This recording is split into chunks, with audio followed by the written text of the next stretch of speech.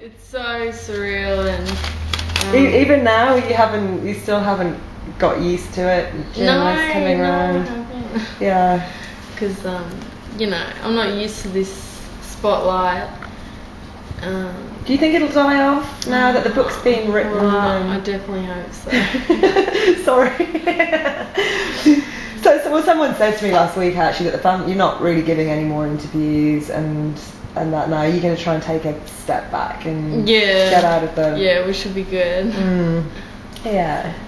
Oh, we're the local paper, so we're nice. Yeah. And it's because I think it's because people are so inspired by you and everything that you've been through and how you've dealt with it, that people are so curious to keep on finding out more about you. I mean, that must be a compliment. Yeah, it is. That people find you inspiring. And yeah, they do.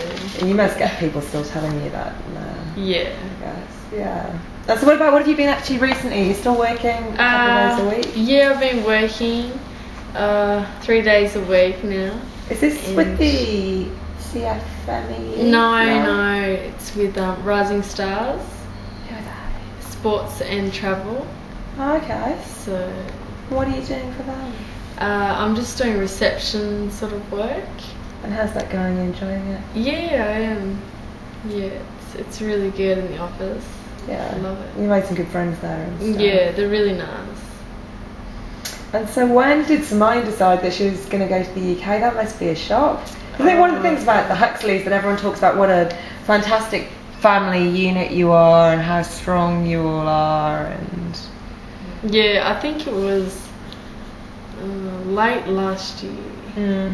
She a hairdresser? Yes. Simone, yeah. And she's gone already? No. She's going to go. Yeah, early June. But you can go and visit her in the UK. Is that the plan? Yeah, definitely. But you've always said that you wanted to travel was one of the big things that you want to do. Where would you like to go? What was your dream sort of? Oh, I'd love to go and visit her over in England and then travel around Europe, hopefully. Yeah, whereabouts in Europe would you like to go? Oh, I'd like to go everywhere. Paris, the Greek islands.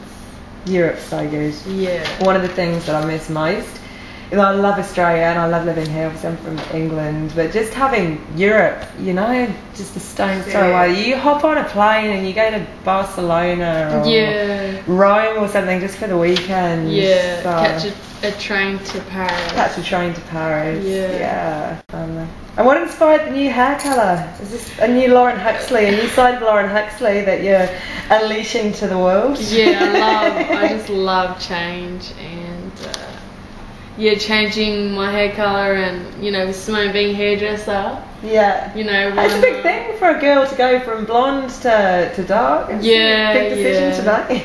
Yeah, but I mean I have been brunette for a while now, but like a lighter brown. So I just want to go a bit darker. I feel like you're saying that you love change, and obviously that you are such a strong person and you have these goals. Do you think that's very much something that's propelled you through all these really tough times when so many other people would have just crumbled? Yeah, definitely. Yeah, and the support of your family obviously sounds, from reading the book.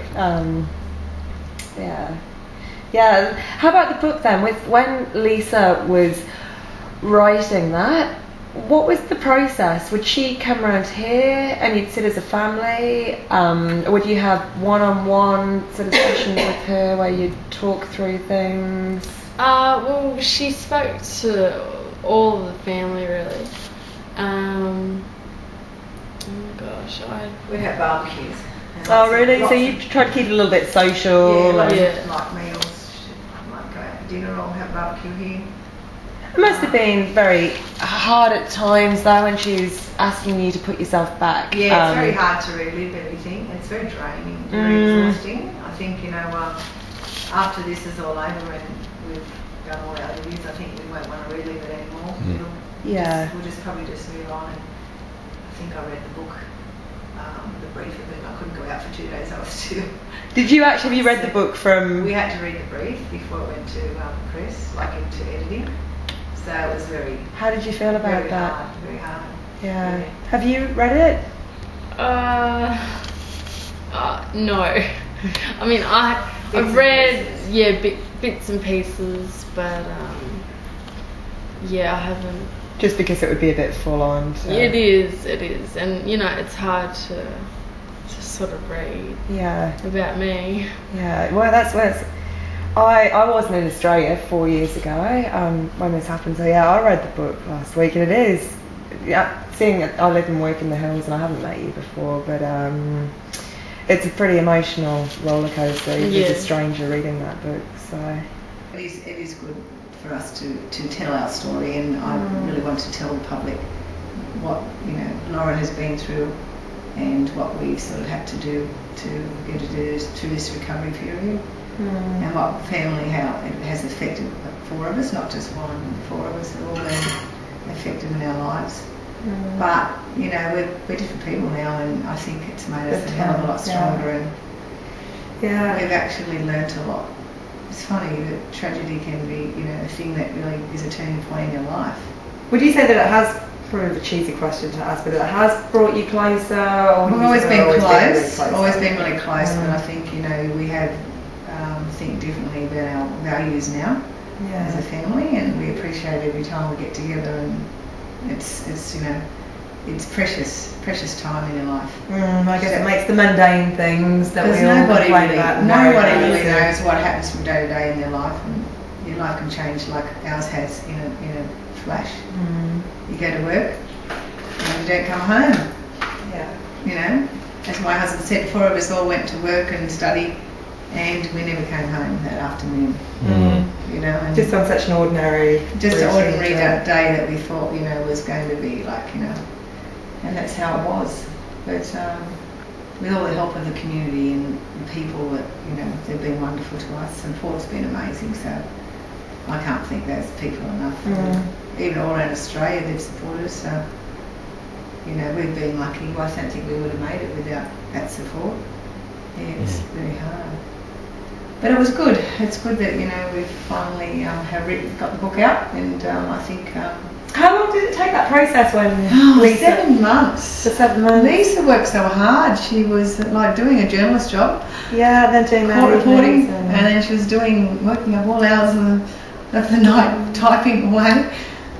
And she had a deadline, and that deadline was amazing. Were you ever worried that she wasn't going to sort of portray the family or the situation or the story in the way that you wanted to, or did you have confidence in her? I had confidence in Lisa. I watched her write the court reports on a daily basis when we were going through the court case last year, and she did have that little bit of,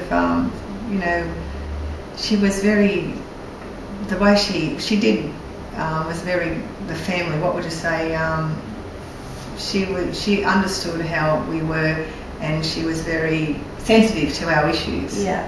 And her writing made me think she is very sensitive to the issues of the family, and I know she'll do a really good job in the book. She's the person to write it. Where did the name come from, True Colours? I just think we spoke to the people that our lovely person who organised the book through HarperCollins. She was the one, Selva. She's a book agent, and we were just sitting around the table thinking of what title we'd call this. So you had input all the way through. Absolutely, and I think True Colours was like, this is our family, and this is what happened. So it was true colours on exactly how it had affected us and how we actually had to live through this nightmare. Yeah.